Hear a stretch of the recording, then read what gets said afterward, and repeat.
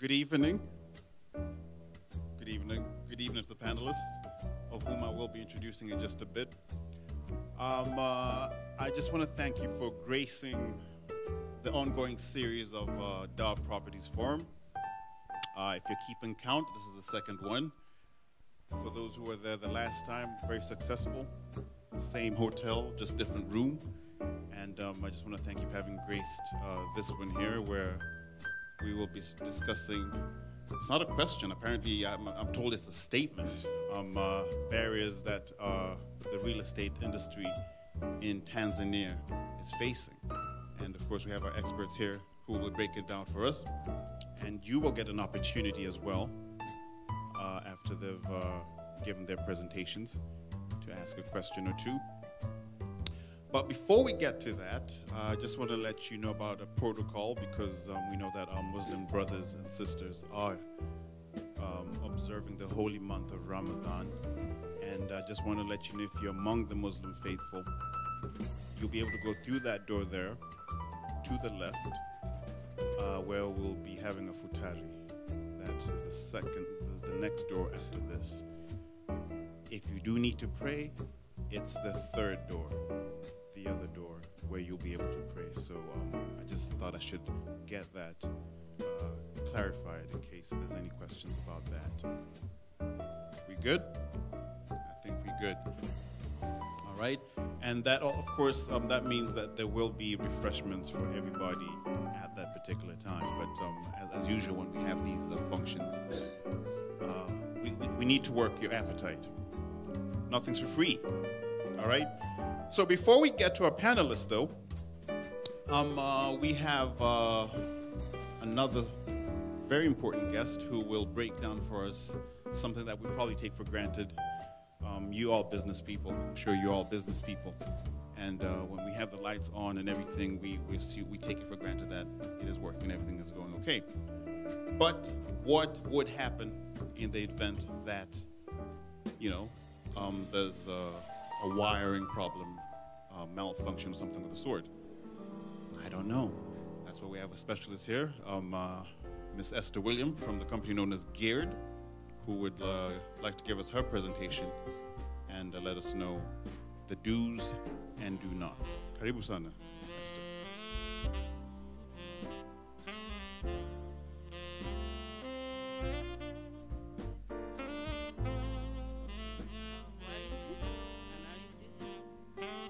Inspection and fire detection system, testing and inspection. Okay, what impact does it have to our business profitability and risk management on already installed system like this hotel or any other building? Since the title is barrier on real estate, and the electricity is the real barrier in our building, hospitals, industries, etc. So I'm starting. Have you imagined that the damage that comes from poor installation? You can see among of my clients, I've just begun my project. So this is the pictures from my clients. The parameters to be mounted, my presentation will be divided into two. In the power quality analysis, this is internal part, not visual. And the second will be the visual inspection, like what I have brought at this. This is done by visual inspection. So the internal part, you can measure using the meters to know the system unbalanced, total harmonic distortion, increasing phase current, voltage drops, peak demand, and the power factor. Power quality analysis introduction. What does it mean by power quality?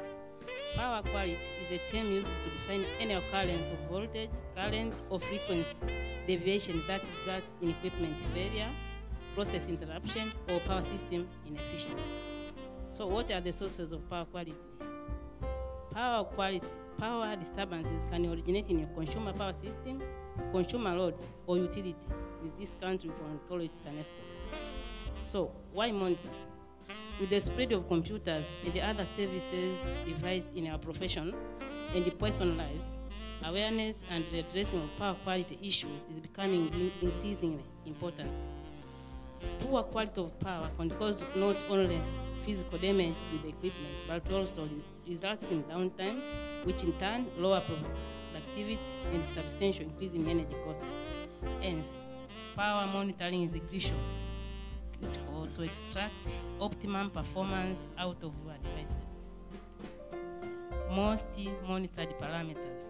The hundreds of power quality measurements you can take on electrical system and equipment. This presentation will focus on many four predictive maintenance measurements and the 2 power consumption measurements that can help you uncover hidden costs, protect equipment from damaging conditions, reduce unscheduled downtime, and improve your system performance. The parameters are as already mentioned. Monitoring equipment. We have the equipment, which is known as a black box, the meter, which in 2 versions, single phase and 3-phase meter. You can see them. This is 3-phase, this one, and this one is a single phase meter. Effect of poor power quality. If you have those as poor power quality, so we can see that we are going to present the effect on all those factors. System unbalance. In most of our domestic loads and industry lighting loads are single phases. As you can see, lightings, sockets, all of them are single phase. However, are fed from 3-phase system. You can have single phase load, but feeding them from 3-phase system. If load divisions among these different phases are not coordinated, the phase parameters may differ from each other, causing unbalanced demand from the supply. So you can have unbalance in your system unknowingly. Effect of unbalancing. Unbalance may cause malfunction of electrical equipment and shorten lifespan of different appliances. Total harmonics. Total harmonics is the sum of the contribution of all harmonics. Harmonics is the normal consequences of power systems supplying electronics loads such as computers, business machines, electron lighting like LED lights, ballast, and control system. So we can not avoid these harmonics. Effect. High current to flow in neutral conductors. Motor and transformer turn hot, shorten their lifespan, reducing the efficiency of those equipments. Increasing the phase currents, meaning as the insulation deteriorates, it begins to leak. Rods will draw slightly high current as they age, and they may send of this current into the ground system, earthing system. Effect. On this phase current can further damage insulation and overheat the load, resulting in a shortened life of the load. Overcurrent will cause protection device to trip, like circuit breakers. They can trip unknowingly, hence unscheduled downtimes. Voltage sags. Voltage sags, also known as voltage drop or under voltage, are caused by local loads, either during motor startup or from rapid changing loads, like in the industry, big chillers. So when you start direct without control, you can cause voltage drops. Effect. Faults set on electrical equipment such as computer or controls. Sags on one phase or 3-phase cause another phase to draw high current in an attempt to compensate. This may trip the overcurrent protection, like circuit breakers. Maximum demand. Peak maximum demand is the highest demand during all the interval in a billing cycle. The peak occurs during the starting of rotating parts of the machine, like big motors, chillers, direct on utility power without controls. Effect. Utilities charge based on the peak demand because they have to maintain the infrastructure large enough to supply peak levels. So you can be charged once in a month where the power is peak. Low power factor. Power factor is a measure of how efficient electrical power is converted into useful equipment. Institution of electrical engineers and the TANESCO standards allow a minimum of power factor of 0.95 for lighting and 0.9 for other loads for electrical system to operate. A system with low power factor will draw more current than a system with high power factor. For the research I made, it seems that the consumers in our country are operating, more than 50% are operating under these standards. Effect. A low power factor draws high internal current, and the excessive heat generation will damage or shorten equipment of the life.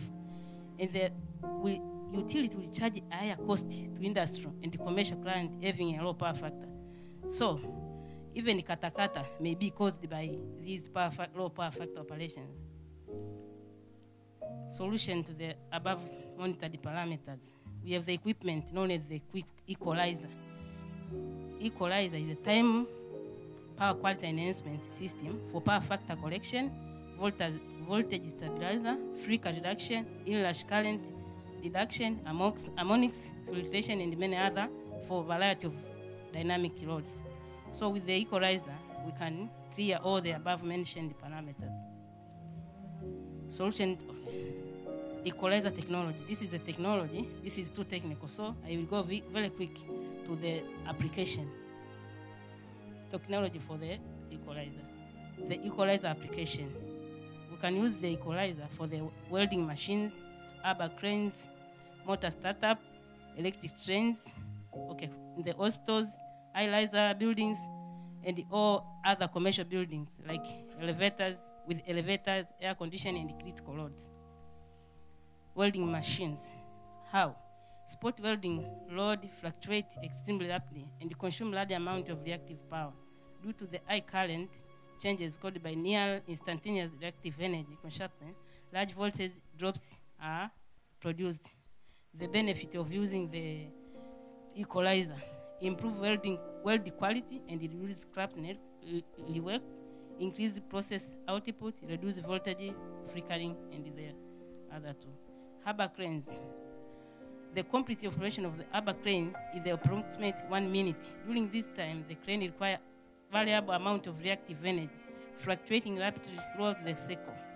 Benefit: stabilize the voltage, reduce the current, allows the installation of small device, low system losses, and save energy. Motor startup. This is most crucial in the industries. When connecting the direct online, I mean the motor without controls, that motor can draw the current up to 6 times. So with the equalizer, you can start the direct online without the effect of starting current. Also, we can use the equalizer to start without the equalizer, all the motors have to be connected with the starter so that you can control the starting current. But with the equalizer, you can use a single component to control all the motors within the group. Electrical trains, you can see there. Hospitals and high-riser buildings. Most commercial buildings have significant load variation caused by elevators, air conditioning equipment, and other rapidly changing loads. So with the equalizer, we can stabilize the facility load, eliminate capacity switching, and reduce the maintenance cost. The equalizer can benefit all users, regardless of their specific application, to save energy, improve power quality, filter harmonics, prevent voltage drop, prevent low power factor, and much more. So the other section of my presentation is electrical and fire detection system testing and inspection general.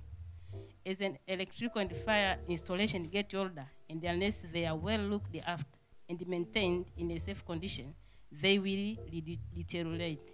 This can lead to fire, injury, or even death through electrical shocks or burns.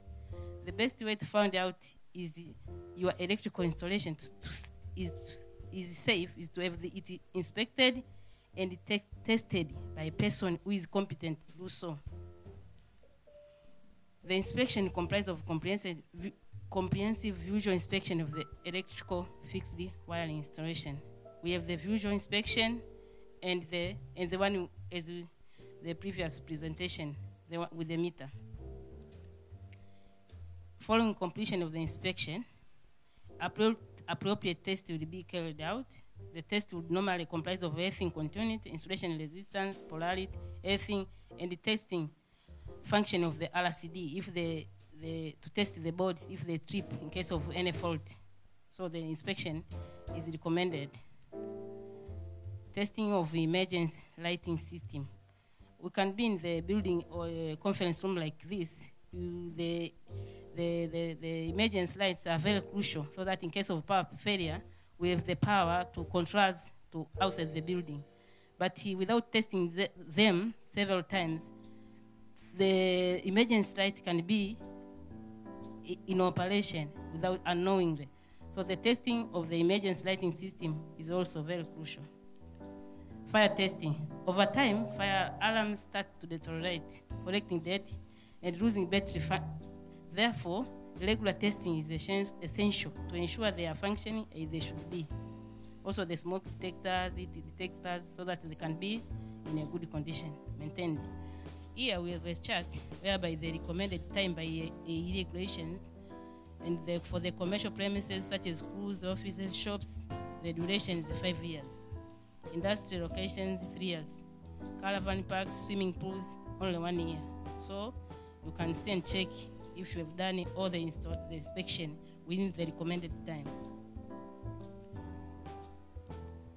Okay, on the completion of the testing, we give the report which identify the installation detail, inspection and testing schedule, and observation regarding the condition of the installation and the results of all tests carried out. Thank you for paying attention. Thank you for giving us a rundown on Electricity 101. I don't think we'll ever take electricity for granted again after that. They say we learn something new every day. Thank you, Esther William. I don't know, I always thought of a black box is only associated with an airplane. Yeah, I realize even electricity, there's a black box. Yeah. And also when it comes to equalizer, I'm a music man, so when I think of equalizer, I just think of my volume and all that stuff, but clearly it's also connected to electricity. Now, if you have questions, you can hold on to them, because what we want to do is get things going. We want to keep the flow going, but if you do have questions for Esther William, engineer from Geared, we will be taking questions later. I did see that some people were coming in. Karibuni sana. Welcome to the ongoing series of Darproperty Forums. And in these forums, we discuss things to do with real estate. So the esteemed guests you see in front here are not just here to look beautiful. They're actually going to break it down for us when it comes to the statement which says barriers that are stopping or not allowing investment in real estate in Tanzania. All right? Now, without wasting much time, I guess we should introduce the who's who of this panel, and no particular order, so that none of you leave here whining, complaining that he didn't mention me first and that kind of thing. You laugh, but even at our age, we still want that recognition. So I just thought I should throw that out there. To my far left, or your far left, we have Jesse Dambala. He's from a company known as Arena Real Estate. I know you were there with us on our first series, so karibu sana. Nice to have you here once again. Following him is, this name sounds so powerful. I know I've seen this name somewhere. Mrs. Mariam Megji. She is the managing director for QWM Properties. Of course, when she does her presentation, if you feel like you will tell us what QWM stands for. If you don't, we will not hold it against you. It's not a big deal. No pressure. Okay, no pressure at all. Next up there is. Now this is where I might mess up because this is where I kind of whatever. And if I'm wrong, you'll come here and hit me with a mic. I'll let you have that luxury. Dr. Fred, am I right? Woo! Dr. Fred Msewa, CEO from Watumishi. Of course, this is your first time here, and we're glad that you could grace the Darproperty Forums. And of course, we're looking forward to your presentation. Next up, Mr. Oscar Mgaya, am I right? And he's the CEO for Tanzania Reflective Company. Is that correct? Tanzania Mortgage Refinance. Tanzania Mortgage. Okay, I can't. You see, Mike, it's your handwriting. I find somebody to blame. That's how it is in the business world. You mess up, but you find somebody else to blame. Tanzania Mortgage Refinance Company. Karibu sana. Last but not least, he's a senior associate. And I just want to, I guess when you go do your presentation, so you'll let us know why we would need a lawyer or somebody related to a lawyer in such a nice, peaceful forum such as this one. He's none other than Dakila Julu from ABC Attorneys. So there you have them. You have their names. And in case, like I said, we did have some guests coming in. Just want to let you know if you're among the Muslim brothers or sisters observing Ramadan later on, when you do break the fast, you'll be able to enjoy your futari. There's right there to the door, to your left, the first door. And anybody who will want to engage in prayer, there's the next door after that where you'll be able to pray.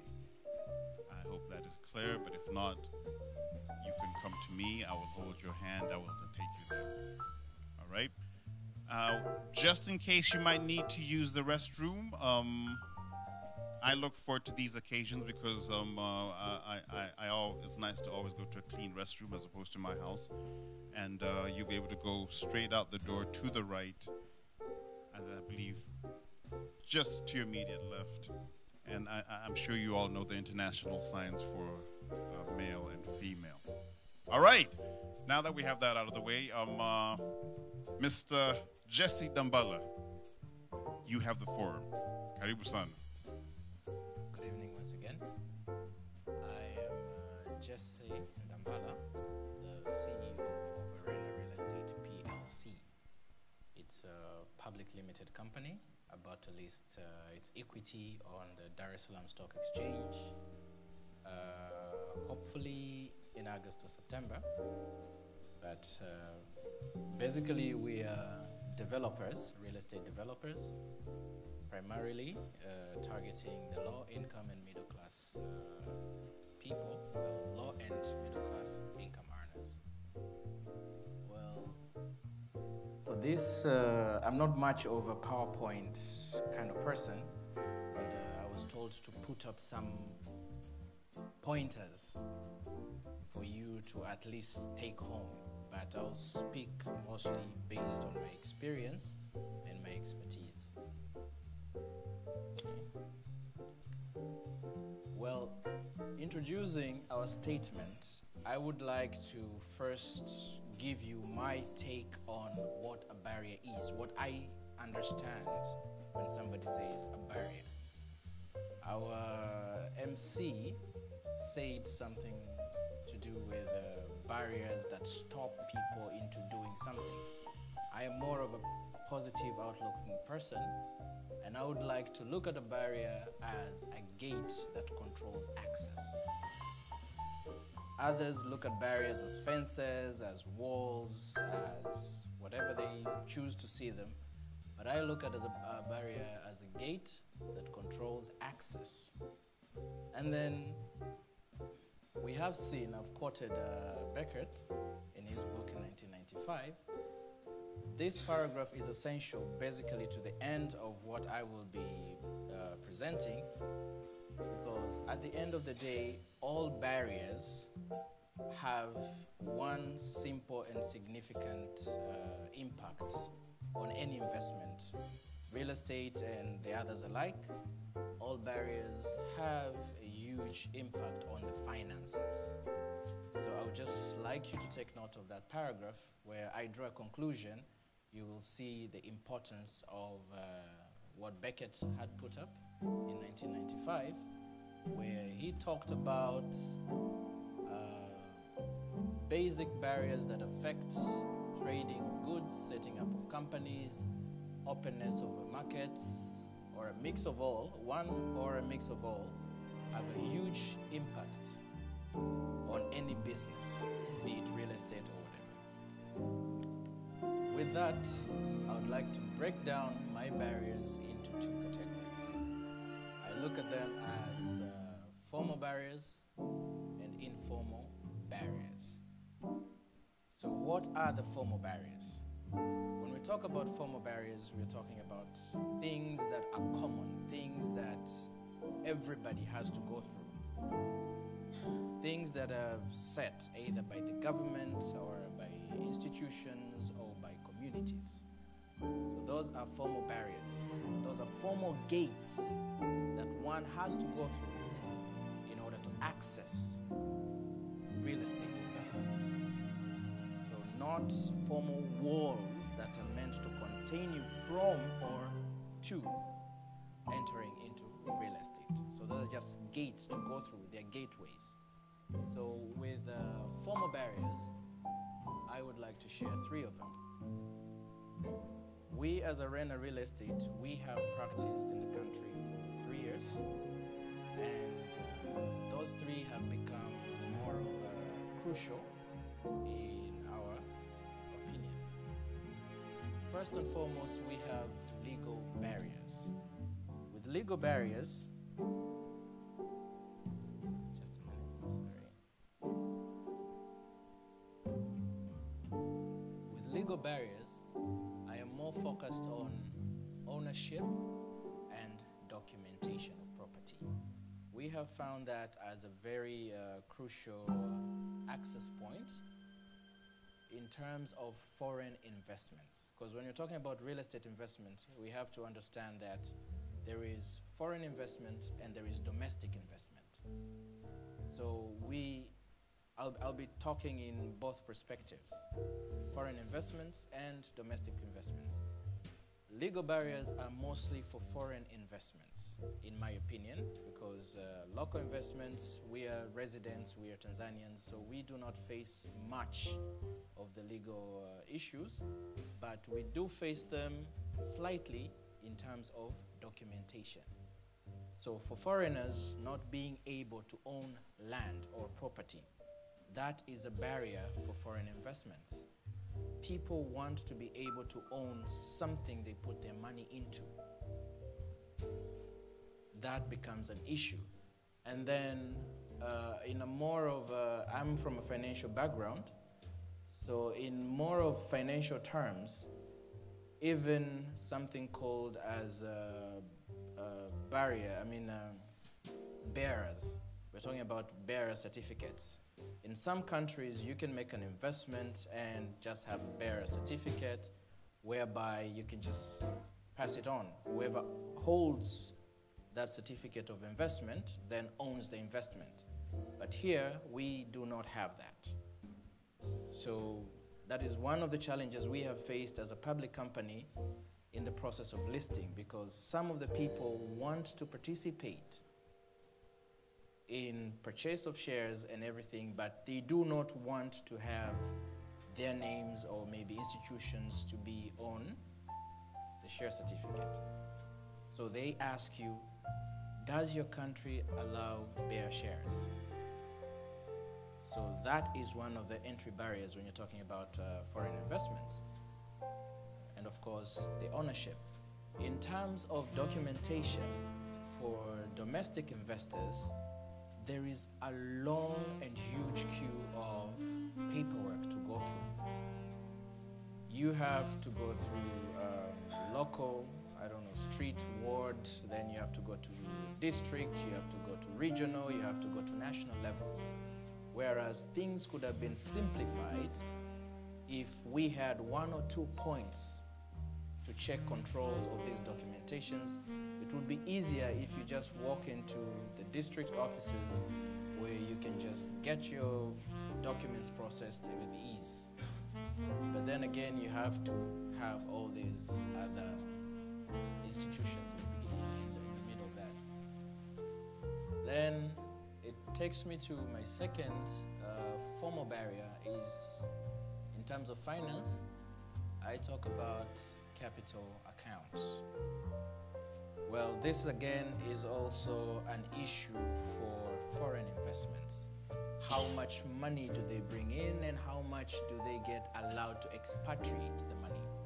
People bring in money, they would want to take it back home. But then we have restrictions to capital accounts. I believe, I was hoping someone from TIC would be here, or TIB, would shed more light onto restrictions in terms of capital accounts. What is the minimum a foreign investor can put in Tanzania? And what are the regulatory issues in terms of TIC when it comes to having real estate investments? Derivative rights. They can own properties, land in terms of derivative rights, which means the title will be under the care of TIC, and then TIC will supervise and deal with whatever investor there is. But then again, that also has capital restrictions. How much, the minimum, we've been hearing $300,000 and all that, and then how much can they take back? So that is one of, again, the gates a foreign investor that has to go through to make an investment in real estate in Tanzania. And then we have the not so favorite one, taxes and costs. In terms of taxes, we've got the property tax. In other developed countries, property tax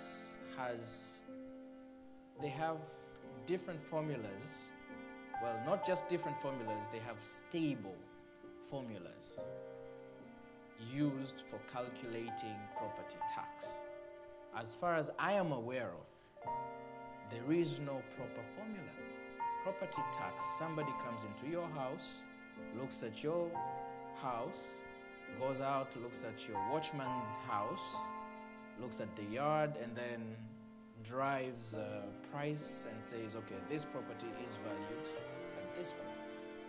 So in some occasions, someone feels like they're paying for having a good-looking house.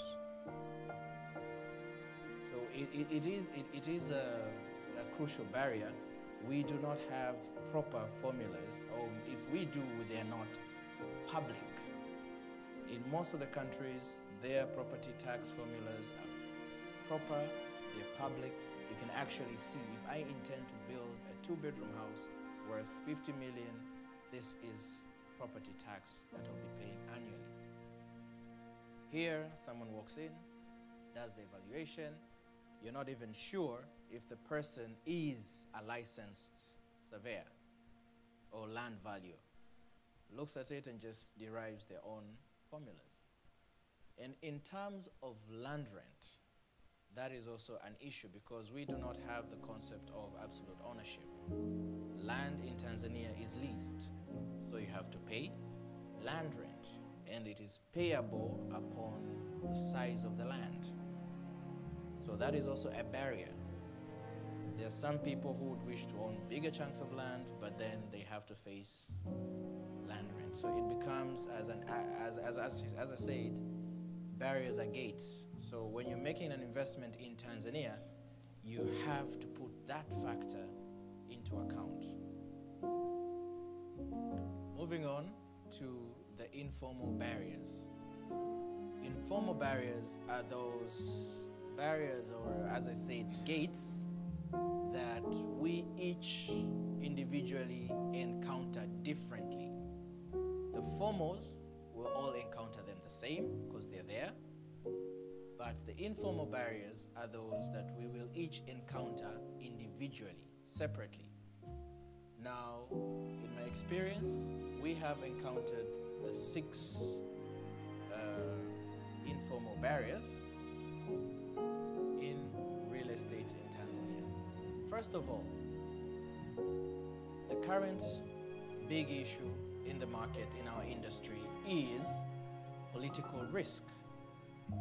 Paying, specifically, I have put in brackets whatever I am talking about, specifically in terms of political risk, paying land rent on unsurveyed land. That is something that is now arising from a political risk. Why? Because statutory, land rent is to be paid on a property that has been surveyed. But we now have politicians and whatnot wanting us to pay land rent on unsurveyed land. Now this will become a barrier. A barrier how? In making developments in real estate. What incentive does the government now have? Because land had to be surveyed. Once it is surveyed, then you pay land rent. Now they can collect land rent before being surveyed. So what incentive does the government have anymore to survey our cities? Planning them. So you have to plan, then they have to survey. Now if we have to pay land rent on it before it is done, they lose the motivating factor. You know, the light at the end of the tunnel is now the light at the beginning of the tunnel. So why should I go through the tunnel? It doesn't make sense. So now it is becoming a barrier, whereas us as the citizens and investors would be happier for them to have that light at the end of the tunnel. So that is a political risk. And the second factor, the second barrier I look at is institutions and corruption. In institutions, I will specifically talk about district council meetings. In order for a person to have a title deed for a leased property, that is, the property has to be surveyed. Before the property is surveyed, it has to be planned. It has to be in a town plan. The process of acquiring that town plan now, that is the biggest challenge. It took us 3 years to have an approved town plan. Why? Because it has to go to the district council, where all the diwanis and the committee has to sit. The same committee that sits once every quarter. So the agenda for every quarter, there's too much on the agenda. So your case gets pushed on to the next quarter, to the next quarter, to the next quarter, to the next quarter. Before you realize, it's 3 years. Now that is too long of a time for an investor to put up their money and wait for 3 years for a document to go through all this process. Whereas when it comes to, once you have a plan, a town plan, surveying is usually the easiest part. Then getting the title deed again comes back the issue, where I talk about corruption in title processing. There we look at land officers. They delay things, they lose documents, they try to create an environment where they require some sort of incentive, some sort of motivation. So that becomes a barrier because it creates uncertainty. Nobody wants to make an investment in any industry where there are so many unknown variables. There are a lot of uncertain time frames when it comes to document processing, specifically with title processing, where it is surrounded by so much corruption. Then we have cultural barriers. In terms of cultural barriers, as a barrier in Tanzania, I will specifically talk about progressive building. That is something that foreign investors have failed to grasp and understand. And we have to find an alternative way. We have tried to come up with developer financing as a way to counterbalance progressive building. In Tanzania, someone enjoys building their house on their own, with their own money, for 20 years. They do not want a turnkey project where it's done, you work in and you pay mortgages. It's like taboo when you hear getting financing from a bank. So we have progressive building. I want to wake up this Saturday. Oh, tomorrow is Saturday. Okay, fine. I'll take a truck of sand and 10 bags of cement. You go in, put up your 10 blocks, and go away. He's happy and satisfied that way. So converting that mindset, you cannot get rid of progressive building. It is a very, very hard barrier to get rid of. But what you can do as a foreign investor is counterbalance it with developer financing models and trying to eliminate the whole financing, banks, financial institutions, financing aspect out of the business. And then again, number 4 is liquidity risk. That has been the story half of last year and this current first half. People don't have money, there is no money, there's no money in circulation, so that is also a risk. When economic policies prevent certain transactions, it creates a liquidity risk. So as an investor, you're not sure whether to put up this kind of investment and people will buy or people will pay on time. So we have encountered that, not to a huge extent, but to a certain amount, where we give out, our model is developer financing and interest-free pricing. So we give out properties to low and middle income earners on credit. They don't have to have a security or collateral, whatever. We are inclusive. You come in, you pay a certain amount, you continue paying for that property until you finish, then you acquire it. But then with liquidity risk, you find that people delay. Instead of paying on the 1st, someone pays on the 5th, on the 6th. That affects the cash flow. Hence the first paragraph, which I told you to keep in mind. Because all these barriers have a huge impact on the finance of the company. Currency risk. In the last 12 months, our currency against the dollar has fluctuated in insane amounts. You wake up in the morning, it's 22.50. This weekend, it will be 22.03. Then the other comes. So the currency is not stable. That creates a barrier for foreign investors. They would like to put in their money. I don't know how many of you are aware, if I tell you what is the rate, the exchange rate of $1 to United Arab Emirates dirhams. It has been 3.6 for how long? Almost a decade. That is why Dubai flourishes. Because someone is sure. When you backtrack their currency for the last decade, it has been at 3.6. If there are going to be fluctuations, then they'll be extremely minor. 3.61, 3.62, which are 90% insignificant. But we look at our 10 years. 10 years ago, how much was $1 here? 1,700, 600. Today, we're talking about 22. And then when you look at most of the real estate investments, the payback period is 7 to 8 years. That's the best you can do. So that is another barrier that we have encountered. Now, the final one would be a geographical risk.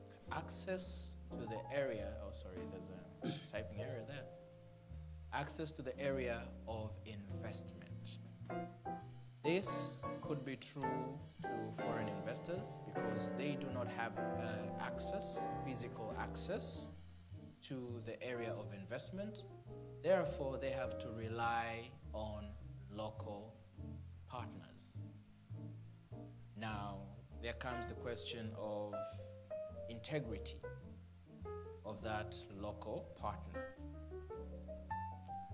How trustworthy can they be?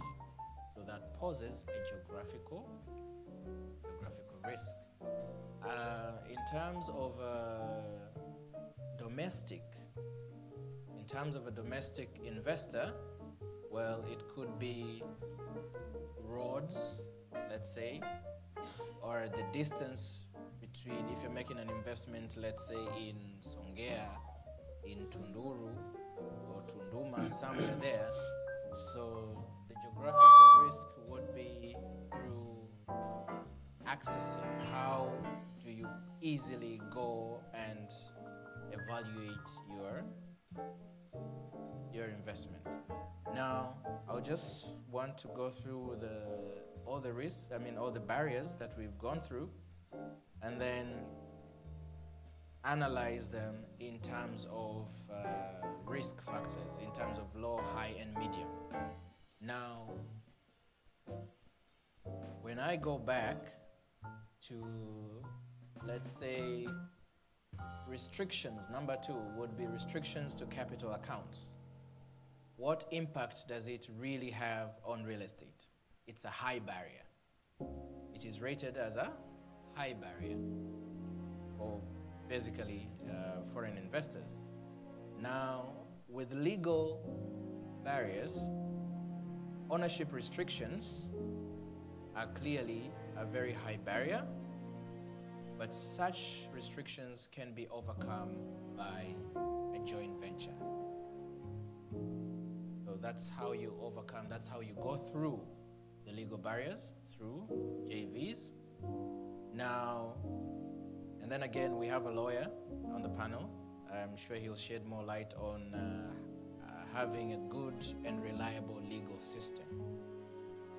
That is how we can overcome the legal barriers. And then another one would be tenants, for those developers who build to rent, not build to sell. There's a problem with tenants, which can be a very difficult problem to deal with in Tanzania. So the property management firms, if we have anybody who would have talked about how to go through, how to navigate through the legal barrier in terms of tenancy. With taxes and costs. Taxes and cost is a high barrier as long as it is believed that it can be compensated by high post-tax returns. It is a high barrier, but it may not be a high barrier if it can be compensated by high post-tax returns.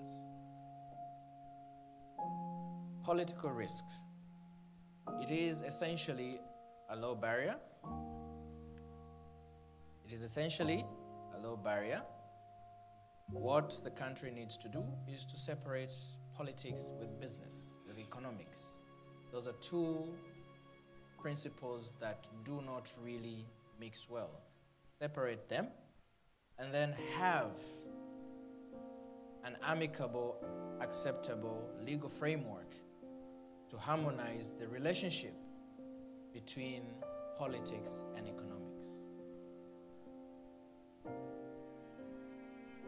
And then it is still, when you talk about real estate is not just buildings. Real estate is also roads, because real estate is a building or land and anything on it. That's the definition of real estate, anything on the land. So we should not isolate ourselves to just buildings. Now, political risks touches on infrastructure development a lot. So we have heard people complaining why the railway is here, why there's an overpass there, why isn't this being built there, why isn't, instead of putting up a road, why don't you put up a water or a hospital or anything? So that is a political risk. An investor, I'm thinking of putting up a road in Dar es Salaam because my return on investment will be quicker. But then again, I have a country where people have to use politics in making decisions. So instead of having the road in Dar es Salaam, I'm told to put the road in Mbeya, Mwanza, or wherever. So that is a political risk. So how is it relative to an investment portfolio for an investor to make an investment? It could be overcome by having less political impact on development and strategical thinking. From the introduction paragraph that I sent up and all the barriers that I explained to you all, and what is the level of impact on each barrier on a business and how to go through those barriers, we can draw conclusions of formal and informal barriers in real estate are important in determining the real estate capital flows. Hence, I had the initial paragraph, because at the end of it all these barriers have a huge impact on the capital put in and payback periods. Thank you very much. All right, thank you so much for that very detailed presentation, Mr. Jesse Dambala from Arena Real Estate. Now you know who he is. And he also has his own definition of what a barrier is. A gate that controls access. Of course, you can always go cross-reference that with an Oxford dictionary and see who's right.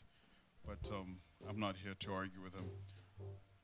All right, next up, we have, it's really refreshing. I remember last time we had these Darproperty Forums, and I was stressing on having more ladies come up and also let us know what's going on. So if you in the audience know other ladies who would like to be on the next one, please let them know that they are welcome. She is the managing director for QWM Properties. Her name is Mrs. Mariam Mekji. Karibu. Assalamu alaikum to everybody and good evening. As you know, we're interested in knowing what does QWM stand for. Those are initials of my children's name. That's how I've got the Q, the W. Right, so you can see from here that I am going to be talking very briefly about my market that we have, development process, barriers. I would prefer to call them challenges than barriers. Because barrier is something, in my opinion, in my understanding, something that blocks you. What we are having is not something that blocks us, but something that causes challenges. So there we have our beautiful city with the two BOT towers, which have its own story to tell as far as real estate is concerned. And that's where it's showing as to where we are. Now, my company is a property developer, landowner. We are consultants and advisors. We have a firm which handles maintenance and management, and we are authorized distributors of Kone elevators, which is a finished product. We I've been in that business for only just about 1.5 years. The projects that we have done are luxury residential, infrastructure, elevators, affordable housing, and hotels. These are in different places, as you can see, in Dar es Salaam, Arusha, Bagamoyo, Mtwara, and Zanzibar. I don't want to dwell on what I have done. I want to go on to what the topic for the day is. Now, as you can see here, now, taking you back to the previous slide, we have been doing all these things. Now, with all the barriers, why? It makes you wonder. At one time, I even sat and thought about it. But then, personally, I feel, which I feel should also be the feeling everybody else should have, is that the macro indicators are very positive for Tanzania. As you can see, 5.3% rate of urbanization, which is brilliant. You know, okay, farming point of view is a bit different, but from the growth point of view, population. At the moment, we are at how much? 50 million? So by 2050, expecting it to be 137 million. Now, what does that bring with it? Prospects, obviously, because they would all need to be housed, they would all need to be accommodated, they would all need to be transported, they would all need to be fed, right? Then we come down to infrastructure.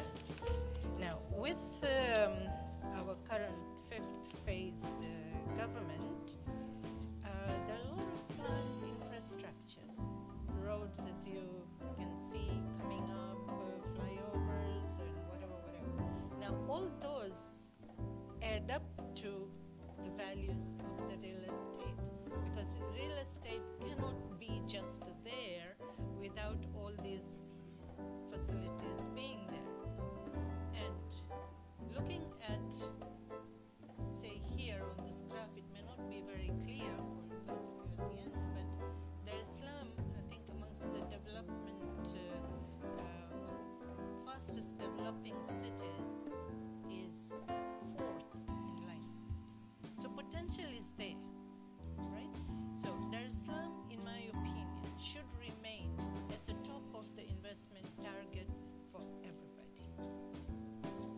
Challenges, we'll deal with them, but the fact is that Dar es Salaam is at the top of the investor target. Right, moving on from there, that was macro indicators. Coming to micro indicators, the comment there from the MD of Knight Frank says, honestly, we are struggling to sell space in Dar es Salaam on a long-term view. Now, why is that? Because there's so many other factors around, and the statement he has made there is very true as of today, because you come across so many properties which are partially occupied, in some cases occupancy going down to as much as 50%. Somebody told me just yesterday that they have a property where the occupancy used to be 90 plus, it's gone down now to 35. Now that is the sad state of affairs, right? Now looking at this little balance there, the long-term demand on one side being the positive side for Dar es Salaam, bearing in mind the population that's going to be and all that, but what about today? So if you look here, it says, what are the negatives there? There's the high capital cost, there's the low return profile, and there's the high transaction cost. Now, just to give a quick overview of what we meant when we put those points there, is high capital cost, meaning if you go to buy land today in Dar es Salaam, okay, prices have gone down a little bit, but otherwise you were talking of 1,500 square meters for 1.5 million. that is colossal. That's almost the price like you would pay in New York, right? Then developing it. Now, before you actually start, supposing I am here today and I say I have got $4 million with me that I want to invest in real estate in Dar es Salaam. Before I actually invest, I will have probably spent $250,000 just to prepare. Forget the price of land that I would pay, right? So, a lot of costs, like say, I'll come to that in the latest slide, all the details, but for everything, the cost is high. Now, that cost, that capex, has to go with the value. Are you really getting value for that cost you're putting in? Low return. There was a time when you had a return of 15 to 18%, up to 20% on rental return. It's no more the case. So who would want to invest, right? In a way, at the moment, the way we stand, we have, I would say, extra stock of properties for which there are no takers. But at the same time, if you look at the flip side, it's not so bad, because if we got, say, about 300-400 expatriates coming in for any of these big oil projects, Dar es Salaam is full, right? But at the moment, seems precarious. Again, Woodham says, at the end of the day, it doesn't matter how much it costs to construct a building, but how much returns it generates. You'll hear people saying that kuna hela hapa. Kini hela ngapi? Hela hata shilingi mbili ni hela. Right? So we have to look at it from that point of view. Now we have a picture there which we found very interesting, so put it in there. That's World Bank values Dar's real estate $3 billion more than Nairobi. Brilliant. But how much does the Dar property generate in relation to the Nairobi property? That needs to be seen. And then, okay, let's sit on the next slide here. Look here. Our private sector has to have that opportunity to be able to compete, right? Which, really speaking, I don't think we have, because the pension funds go into real estate. The government goes into real estate. I mean, when I say real estate here, I'm taking his definition. It's not only, it should not be only buildings, but that's what is happening, right? Now, if the government and the pension funds and all put all the money, all the capital that's there into the housing, what are we going to do as private developers?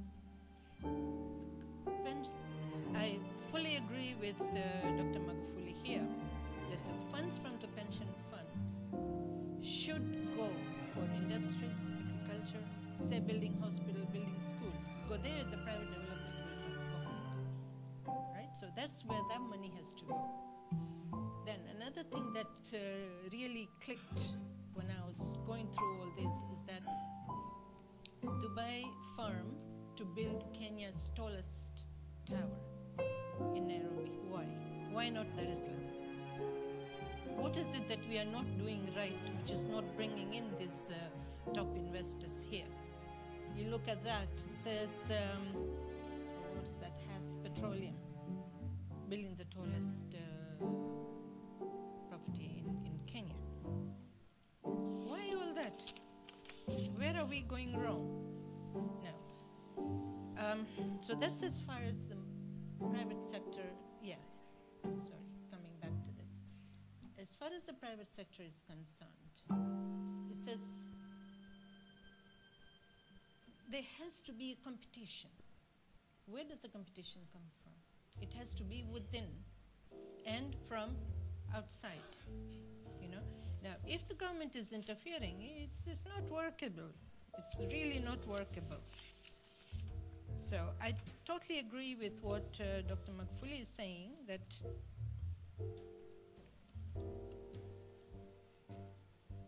pension funds should not be utilized for this. Okay, I had some other points that I wrote it down here. Yeah, that's about it. I think I've covered that bit. Now, I'm going a bit fast. If you think I'm going too fast, tell me, please, because you know I used to teach, and you form that habit of talking.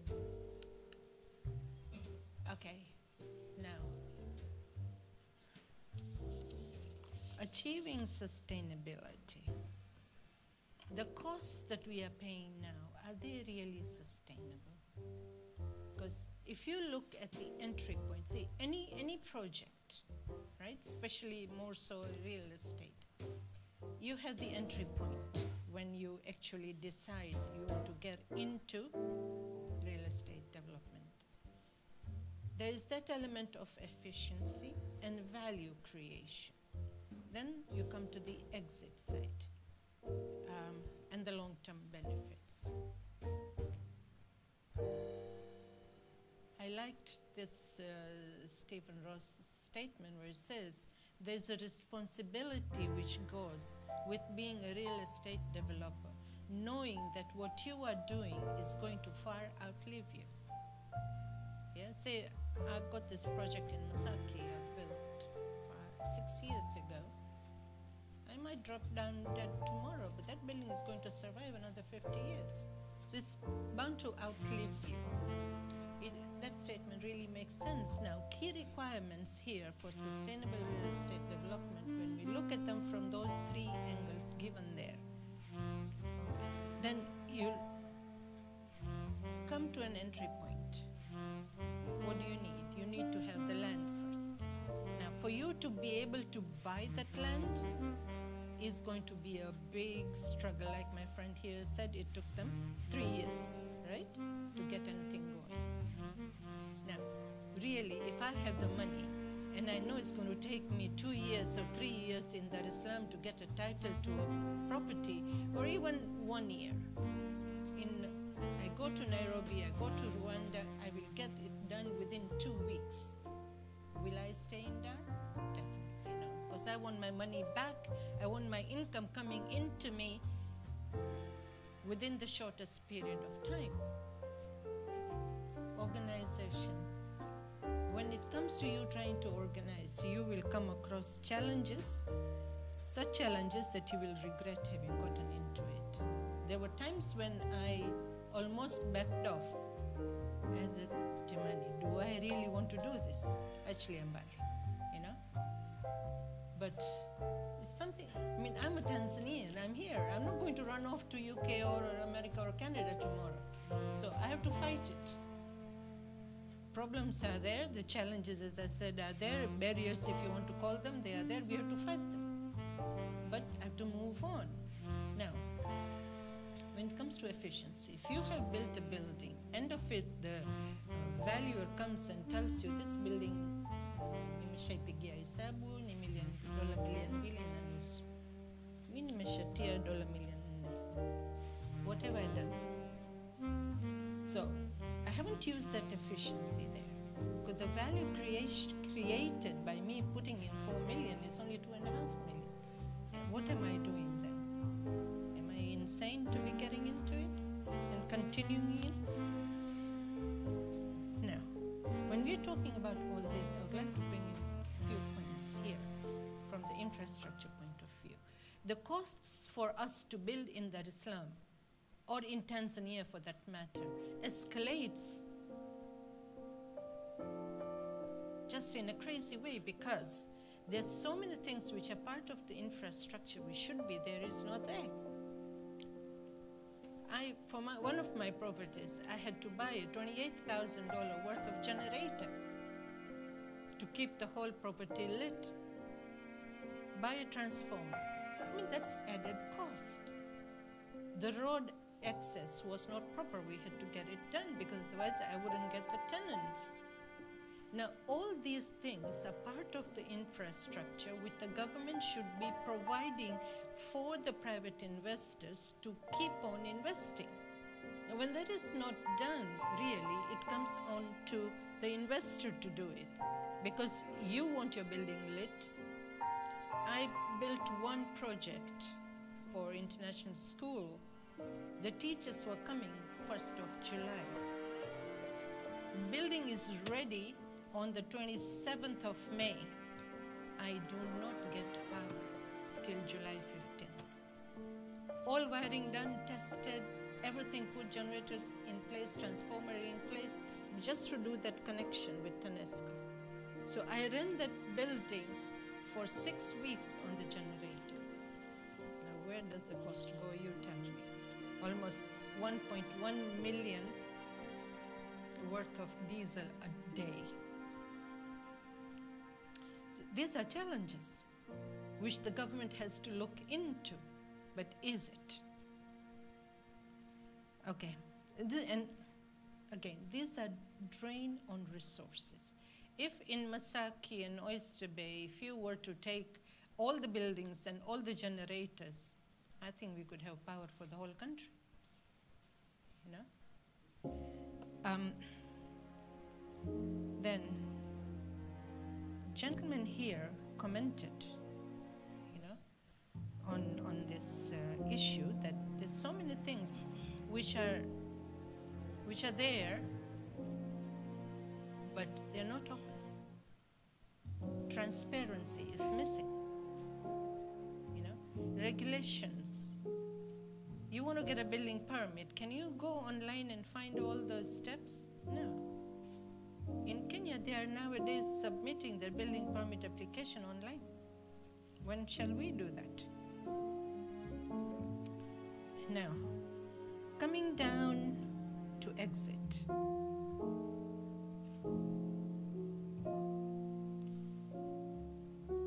When you have built a project, you want to sell out or you want to rent out, whatever, right? Now, comes to exit. What do you need at the exit point? You need the buyers, you need the market. What are the challenges for getting these markets? Number one, I'll tell you, it's the cost factor. The cost of transaction. Say if I am buying from him a property for my own use, just that 1% of Junini and all that is about 4.5% there, right? Then you come to 18% VAT. Now that's a burden on me. 22.5% is a burden on me, because I'm not going to be able to recover it. If I were a company, yes, input, output, VAT, khalas, it's gone. But if I'm a private investor and owner, 18% is an added cost. So why? It really deters people. Come to funding. For you to get a loan, I don't know if you're going to be doing anything on that, to buy a property, 10% in dollars, 18% in T-shillings, or in fact somewhere I was told 22%. So how do you expect people to buy at that rate? And then there's a limit. You can only borrow for, I don't know, 15 years or something. It's 20 now? 25? Oh, brilliant if it's 25, yeah. So these are all issues which affect people and affect them very badly. Now, other things that I have left out here, let me just go back on that, is that was at the entry point. When starting, I think I mentioned about the costs, but amongst the procedure, EIA, Environmental Impact Assessment, it'll take you as a minimum 6 months to get that. And the cost attached to it, phenomenal. Come to soil testing, same thing. Come to fire, same thing. I had a heated argument with these guys who came to me asking me to pay 2 million for a fire certificate. I said, silipi. You know? Sikwapi fire brigade, nioneshi. In the whole area of Oyster Bay Masaki, I haven't seen one.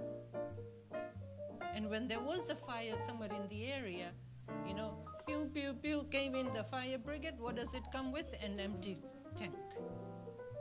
And then we had to call in from our connection, support to come and extinguish the fire.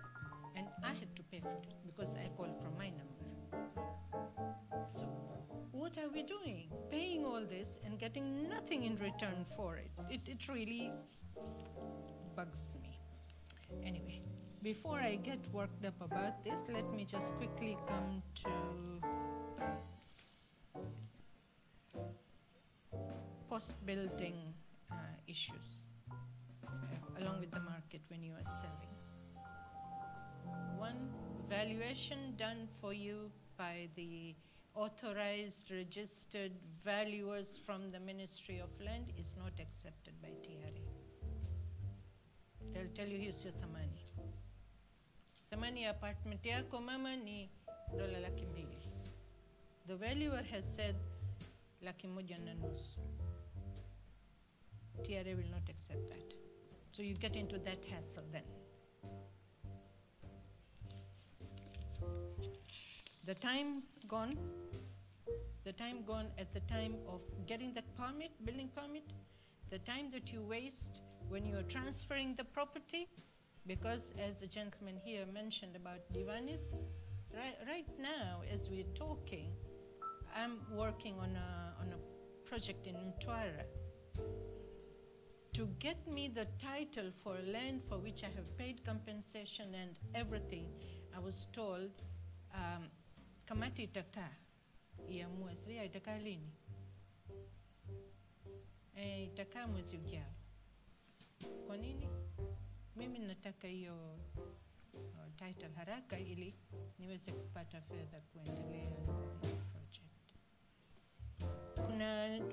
Tutakufanyia kuna madiwani 28, kila moja $1.5 million.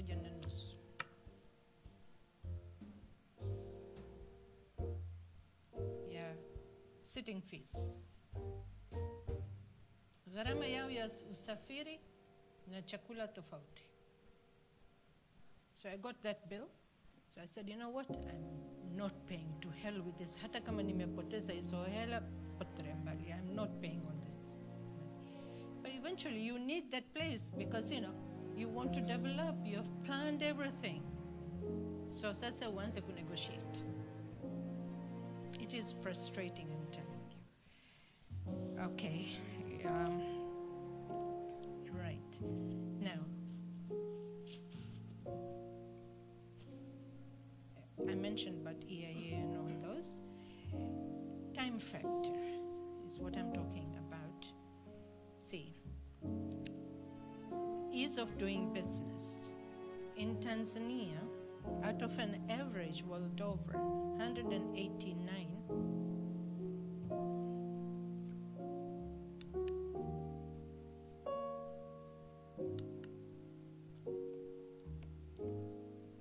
Tanzania is at 132. Kenya is at 92. Dubai, UAE is at 26. Time for obtaining construction permits, minimum in Tanzania is 205 days. You've got to go through 18 procedures before you can get the building permit. So everything is just too political, too bureaucratic, it's slow, and it's expensive. These are things which are deterring investors from coming to us, instead going to Kenya, which is next door, which is smaller than our beautiful country. Half of that country is arid, and yet that's where people go. It really bugs me, to be honest.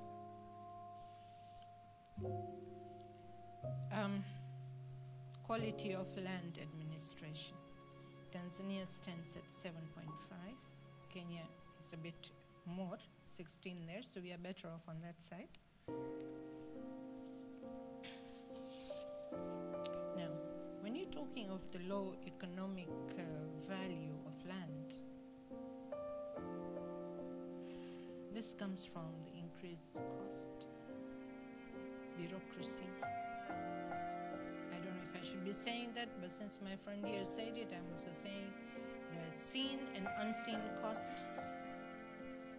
You know, when I say unseen costs, I'm just being very diplomatic. Instead of saying bribe, I'm saying, or I call them generally, I call it facilitation fee.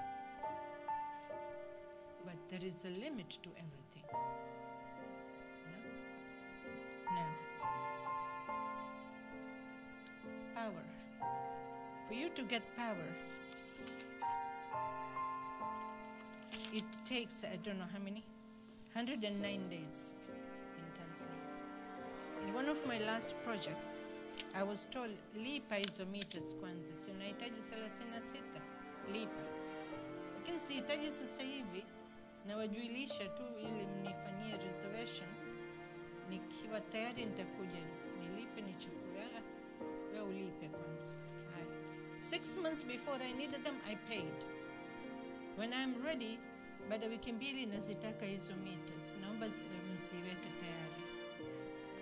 Mbona meters zote zimeshauzwa? Kisi nimeshazilipia miezi 6 kabla. Mita 36 nimeshazilipia. Sawa, lakini hamna. Kwa hivi sasa pesa usubiri miezi 3 kabla zije zingine. This is our Tanzania. Supplies that you need. We are, as I said in the beginning, we are dealers in, distributors in elevators. We have 2 projects. One we finished November last year. Till today, we have not been able to commission it because they have not received 3-phase power. Reliability of supply is another big challenge. There's so many things that, you know, supplies are not reliable. Post-building challenges. Rebuilding. Building barriers, all the standards going on that I said. Coming down to barriers post-building.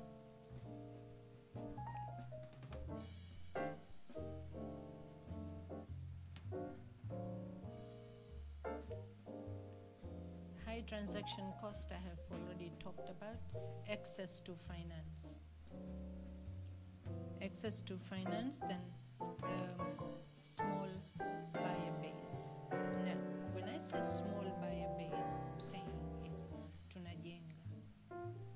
Lakini wanunuaji wako wangapi? Now this is where I have been advocating to myself and to my colleagues that I come across is now is the time to build. That's what I'm doing in Mtwara. Build affordable housing. You know? Because these high rises, which as a minimum would cost $100,000, how many have the ability to buy that? But if you can build affordable housing, sell at an affordable price, there's market for it. But then again, how big is the buyer base? Now, as a policy, the government doesn't want even Tanzanians from the diaspora to be buying properties here. Say if I lived a few years in England, right? But my heart was not there, my heart was here. If I didn't have a property before I moved to England, I would have wanted to buy a property in Tanzania, come hell or high waters. But then you can't. If you have changed your nationality, okay, I have not. I stuck to my TZ. In fact, in my family, they will laugh at me, you are a Bongoland person. So yeah, let it be so, I am a Bongoland person, and that's how I remain. right? But those who, for whatever reason, have had to change, though at heart they're Tanzanians, when they retire, they want to come back home and live here. They cannot buy. They either buy in some relative's name or they form a company and buy, you know, why all that? If this were allowed now, this is not from, not public, but from a very reliable source. I've been told that this is soon going to be allowed. So Tanzanians living in the diaspora will be able to buy property here, mind you, apartments, but not land, which I agree with. You know, we don't want to be selling our land like in Zimbabwe and then, you know, get into trouble. But at least apartments or compound houses, they should be allowed to buy. That would open up the market base for us. Kenya is thriving because of that. How much money do you know is coming from abroad by way of remittances to Kenya from the diaspora? Just unbelievable. So there we are. Now, the sustained growth of city bodes well for future infrastructure and property development. However, real estate players need to be wary of the nature of the real estate opportunities that they pursue. This is where this notion that I have about having affordable housing comes in. You should know what is needed, not just go on building. These huge towers of, is it PSPF or PPF? I don't know. Really, do we need it? Do we need those? Was there a need for those kind of buildings here? Doesn't make sense at all. So this JLL, they are, I think, Chicago-based real estate management and maintenance and all company. And what they're saying is valid, has some weight for us to emulate. Now, my last slide here.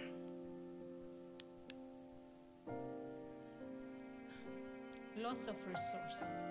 In some of these properties that we have built, huge ones, sitting empty, what have we done? We have lost that resource. It's there, but it's of no use. Specifically in this issue, I again agree entirely with our current president that these funds should go into industry, agriculture, tourism, whatever other things, so that there is activity, there is capital generated, there is growth, which will then enable them to come and buy the properties we need. Right? So I think I'll end there. And thanks for listening. I hope I have made some sense.